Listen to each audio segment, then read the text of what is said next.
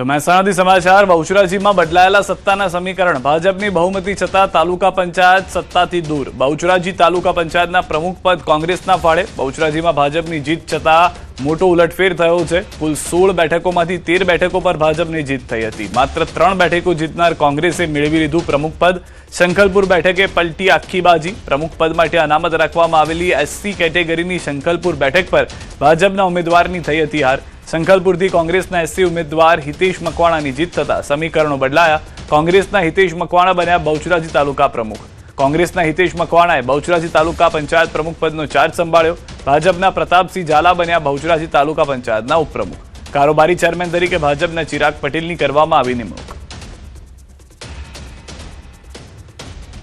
બેચરાજીમાં અમારા ઉપપ્રમુખ બિનહરીફ વિજય થયા છે અને કોંગ્રેસના ઉમેદવાર હતા જે એ એસસી કેટેગરીનું હતું એટલે કોંગ્રેસનો એક જ હતો પણ એ વિજય થયો છે અને સત્તા અમારી જ છે કારણ કે બેચરાજીમાં 13 સીટો અમે જીત્યા છીએ એટલે ઉપપ્રમુખ કારોબારીના ચેરમેન બાકી બધી સત્તા અમારી જોડે છે અનુસૂચિત જાતિની રિઝર્વ સીટ પ્રમુખની હોવાથી હું આજે પ્રમુખ બન્યો છું એ સીટ હું વિજય બન્યો છું એની અંદર કોંગ્રેસ પક્ષ તરફથી છોટાઉદેપુરમાં નેતાઓ ચાકટા બન્યા છે તાલુકા પંચાયત નવનિયુક્ત પ્રમુખ વિવાદમાં નવનિયુક્ત પ્રમુખ ખુલ્લેઆમ બંદૂક લઈને નીકળ્યા હતા રમેશ રાઠવા ખુલ્લેઆમ બંદૂક લઈને નીકળ્યા નવનિયુક્ત પ્રમુખ ખુશીમાં ભાન ભૂલી ગયા ગઈકાલે સંસદના બંદૂકવાળા વિડીયો બાદ તાલુકા પંચાયતના પ્રમુખનો વિડીયો વાયરલ થયો હતો આ અંગે જ્યારે પ્રમુખ રમેશ રાઠવાને પૂછવામાં આવ્યું તો તેમણે કહ્યું કે આ તો રમકડાની બંદૂક છે પરંપરા હોવાથી લઈને નીકળવું પડે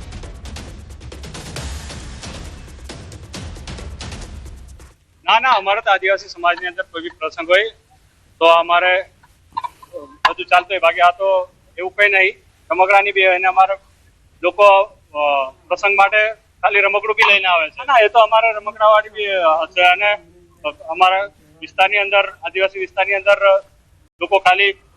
રમકડા જેવું રાખે છે તો અમદાવાદમાં દસક્રોઈ તાલુકામાં ભાજપે આ વખતે નવો અભિગમ અપનાવી નારી શક્તિને પ્રાધાન્ય આપ્યું ધારાસભ્ય બાબુ જમના પટેલના માર્ગદર્શન હેઠળ દસક્રોઈ તાલુકા પંચાયતના 5 મહત્વપૂર્ણ હોદ્દાઓ પર મહિલાઓની નિયુક્તિ કરવામાં આવી છે જેમાં પ્રમુખ તરીકે સુનીતા પટેલ ઉપપ્રમુખ તરીકે મીના બારૈયા કારોબારી ચેરમેન તરીકે સુમન વાઘેલા પક્ષના નેતા તરીકે પિનલ પટેલ અને દંડક તરીકે નિશા રબારીની પસંદગી કરવામાં આવી છે ભાજપના નિર્ણયને વડાપ્રધાન નરેન્દ્ર મોદીના મહિલા સશક્તિકરણના વિઝનને સાકાર કરવાનો પ્રયાસ માનવામાં આવી રહ્યો છે મહિલાઓને નેતૃત્વમાં આગળ લાવી દસક્રોઈ તાલુકા પંચાયતે સમાજમાં સમાનતા સશક્તિકરણ અને વિકાસનો પ્રેરણાદાયક સંદેશો આપ્યો છે વડાપ્રધાન નરેન્દ્રભાઈ મોદી સાહેબ એમનો એક સંકલ્પ હતો કે મહિલા સશક્તિકરણ દેશની અંદર મહિલાઓને પ્રાથમિકતા આપવી અને મહિલાઓ જ એને આગળ વધે એવી એમનો એક વિચાર છે એમના વિચારને અમે ધારાસભ્ય તરીકે મારા વિસ્તારમાં દસક્રોઈ તાલુકાની અંદર તમામ મહિલાઓને સ્થાન આપી અને મહિલા સશક્તિકરણનું ઉદાહરણ મેં પૂરું પાડ્યું છે તો આણંદ જિલ્લા પંચાયતની પ્રમુખ ઉપપ્રમુખની ચૂંટણીમાં હાઈકોર્ટના એક આદેશે આખું રાજકીય ચિત્ર બદલી નાખ્યું પ્રથમ ટર્મમાં આદિવાસી મહિલા અનામત બેઠક માટે ભાજપે મોટો ખેલ પાડ્યો જેમાં ગઈકાલે રદ થયેલું ફોર્મ આજે હાઈકોર્ટે માન્ય રાખવાનો આદેશ આપ્યો હાઈકોર્ટના નિર્ણયથી કોંગ્રેસના પ્રમુખ બનવાના સપના પર પાણી ફરી વળ્યું આદેશ બાદ સારસા બેઠક પરથી જીતેલા ભાજપના મયુરીબેન પટેલ જિલ્લા પંચાયતના નવા પ્રમુખ બન્યા જ્યારે ઉપપ્રમુખ પદ માટે ધુવારણ બેઠકના વિજેતા જીલુભા સિંધા બિનહરીફ ચૂંટાઈ આવ્યા ચૂંટણી પ્રક્રિયા દરમિયાન જિલ્લા પંચાયત બોર્ડ રૂમમાં ભારે રાજકીય ગરમાવો અને તણાવપૂર્ણ વાતાવરણ જોવા મળ્યું હતું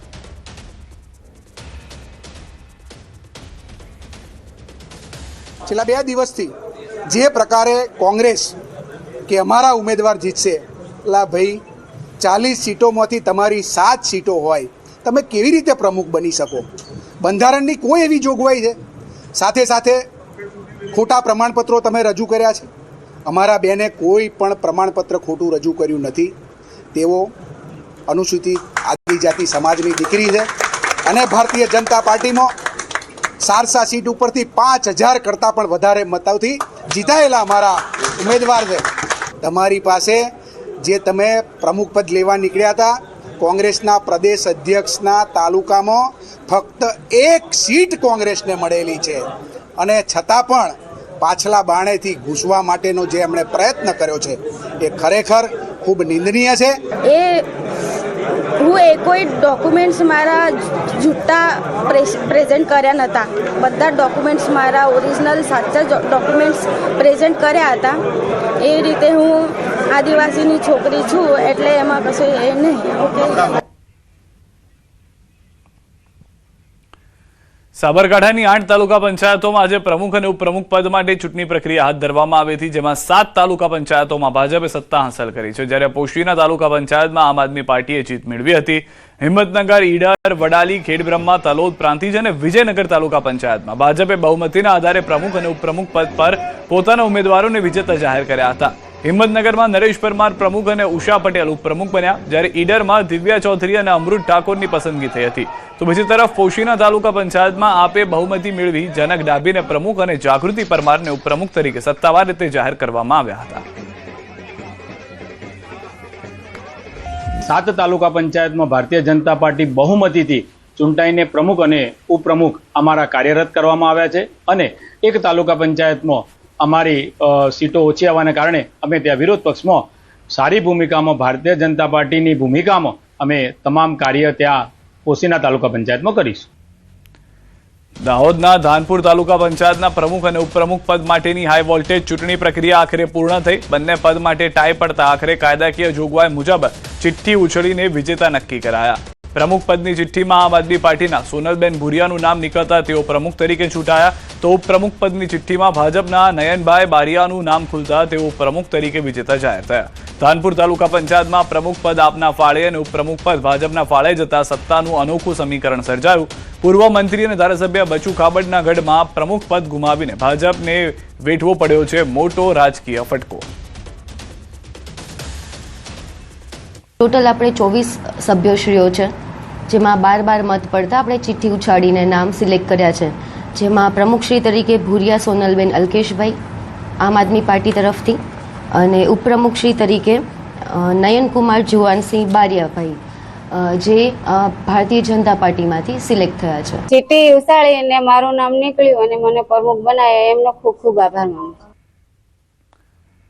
દાહોદના ધાનપુર તાલુકા પંચાયતના પ્રમુખ અને ઉપપ્રમુખ બંને પદની હાઈ વોલ્ટેજ ચૂંટણી પ્રક્રિયા આખરે પૂર્ણ. પ્રમુખ અને ઉપપ્રમુખ બંને પદ પર ભાજપ આપને 12 સરખા મત મળતા ભારે રોમાંચ સર્જાયો. બંને પદ માટે ટાઈ થતા આખરે કાયદાકીય જોગવાઈ મુજબ ચિઠ્ઠી ઉછાળીને વિજેતા નક્કી કરાયા. પ્રમુખ પદની ચિઠ્ઠીમાં આપના સોનલબેન ભુરિયાનું વિજેતા જાહેર થયું છે નામ, જ્યારે ઉપપ્રમુખ પદે ભાજપના નયનભાઈ બારિયાનું નામ ખુલ્યું છે. પૂર્વ મંત્રી અને ધારાસભ્ય બચુ ખાબડના ગઢમાં પ્રમુખ પદ ગુમાવીને ભાજપને વેઠવો પડ્યો છે મોટો રાજકીય ફટકો. ચિઠ્ઠીના સહારે બંને પક્ષોને એક પદ મળતા ધાનપુરમાં દિવસભર ચાલેલા હાઈ ડ્રામાનો અંત આવ્યો છે.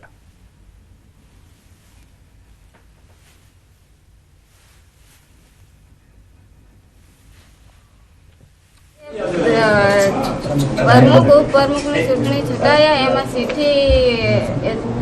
બંને સભ્યોના એક સરખા મત હતા એટલે ચીઠી ઉછાળી એમાં મારું નામ નીકળ્યું અને મને પ્રમુખ બનાવ્યા.